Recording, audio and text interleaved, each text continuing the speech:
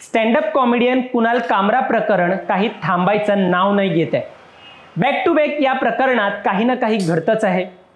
कामराने काहीच दिवसांपूर्वी उपमुख्यमंत्री एकनाथ शिंदे यांच्यावर विडंबनात्मक गाणं सादर केलं आणि या गाण्यानंतर शिवसेनेचे कार्यकर्ते आक्रमक झाले आणि त्यांनी स्टुडिओची तोडफोड केली आणि कामराला मारण्याची धमकी देखील दिली।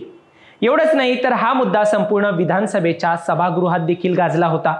यानंतर त्याच्या विरोधात गुन्हा देखील दाखल करण्यात आला।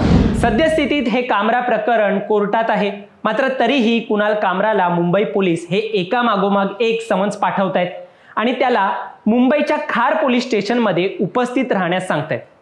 मात्र माध्यमांमधून मिळालेल्या माहितीनुसार कुणाल कामराने मुंबईत जाणं टाळलं असून त्याने कोर्टात म्हटलंय की मुंबईत माझ्या जीवाला धोका आहे। हे सगळं घडत असतानाच सोमवारी खार पोलिसांनी कुणालच्या माहीम येथील घरी भेट देत तो तिथे उपस्थित होता का हे शोधण्याचा प्रयत्न केला। मुंबई पोलिसांचे हे कृत्य बघून त्याने लगेचच एक्सवर एक मेसेज पोस्ट केला आणि त्याच्या राहत्या घरातून एक फोटो अपलोड करत म्हटलं, गेल्या 10 वर्षांपासून मी जिथे राहत नाही अशा पत्त्यावर जाणे म्हणजे तुमचा वेळ आणि सार्वजनिक संसाधनाचा अपव्यय आहे। मुंबई पोलिसांच्या कारवाईवर आणि त्यांनी केलेल्या चौकशीवर कुणाल कामरा सातत्याने वक्तव्य करत त्यांना व्यंगाच्या माध्यमातून डिवचायचा प्रयत्न करतोय।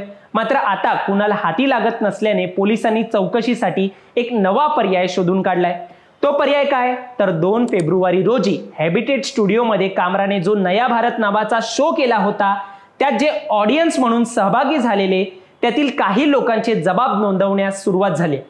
यात महाराष्ट्राचे उपमुख्यमंत्री एकनाथ शिंदे यांच्याबद्दल कामराने केलेल्या कथित वक्तव्याची पोलीस चौकशी करत असून पोलिसांनी CRPC कलम 179 अंतर्गत प्रेक्षकांना नोटीसही बजावल्यात आणि या नोटिशीमुळे पोलिसांना आता अधिकार आहे की ते साक्षीदारांना चौकशीसाठी बोलवू शकतात।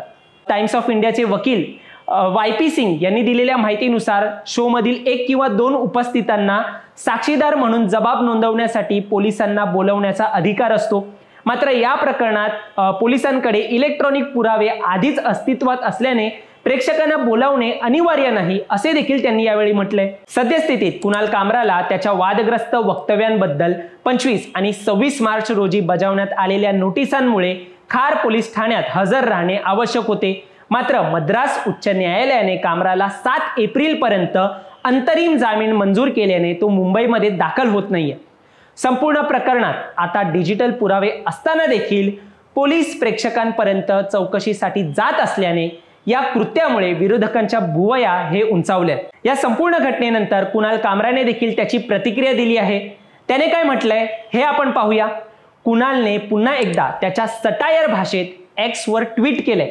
त्याने एका पोस्टला कॅप्शन देत एखाद्या कलाकाराला कसं संपवावं हे स्टेप बाय स्टेप मुद्देसूद सांगत संपूर्ण सिस्टीमला एक चक्राक लावली आहे।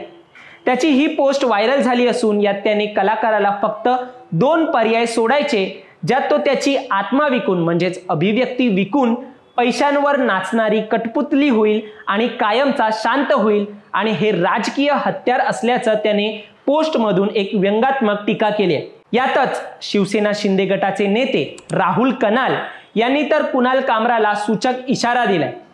राहुल कनाल याने कायद्याच्या प्रक्रियेचे पालन करून युवा सेनेचे सदस्य दर सोमवारी आणि गुरुवारी पोलीस ठाण्यात हजेरीसाठी जात असल्याचं सांगितलंय।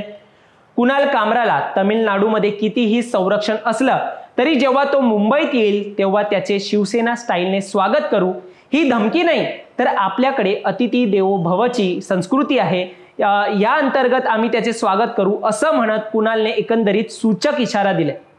या संपूर्ण घटनेवर तुम्हाला काय वाटतं हे आम्हाला कमेंटमध्ये सांगा आणि असेच माहितीपूर्ण व्हिडिओ पाहण्यासाठी सबस्क्राइब करा प्राईम टाइम महाराष्ट्र। धन्यवाद।